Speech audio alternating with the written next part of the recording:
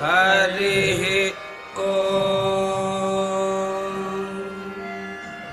सहस्रशीर्षा पुरुषः सहस्राक्षः सहस्रपात् स भूमिं विश्वतो वृत्वा अत्यतिष्ठद्दशाङ्गुलम् पुरुष एवेदगुं सर्वम्। राधे कृष्ण तेन्नांगूर क्षेत्रम ब्रह्मई समेत पांडुरंग स्वामी की इनके गुरुवारम पौर्णमी पूर्तियागी एंबरमानुक्कु कुளிர कुளிர பால் திருமஞ்சனம் ஆயின்றிருக்கு.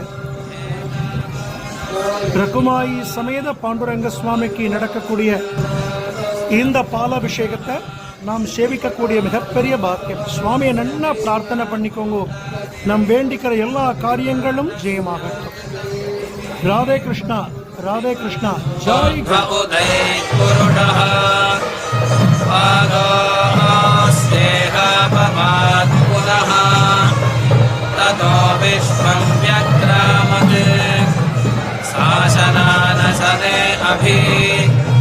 तस्मात् विराजजायत विराजो अधिपूरुषः स जातो अत्यरिष्यत पश्चाद्धो विमतो पुरः यत्पुरुषेण हविषा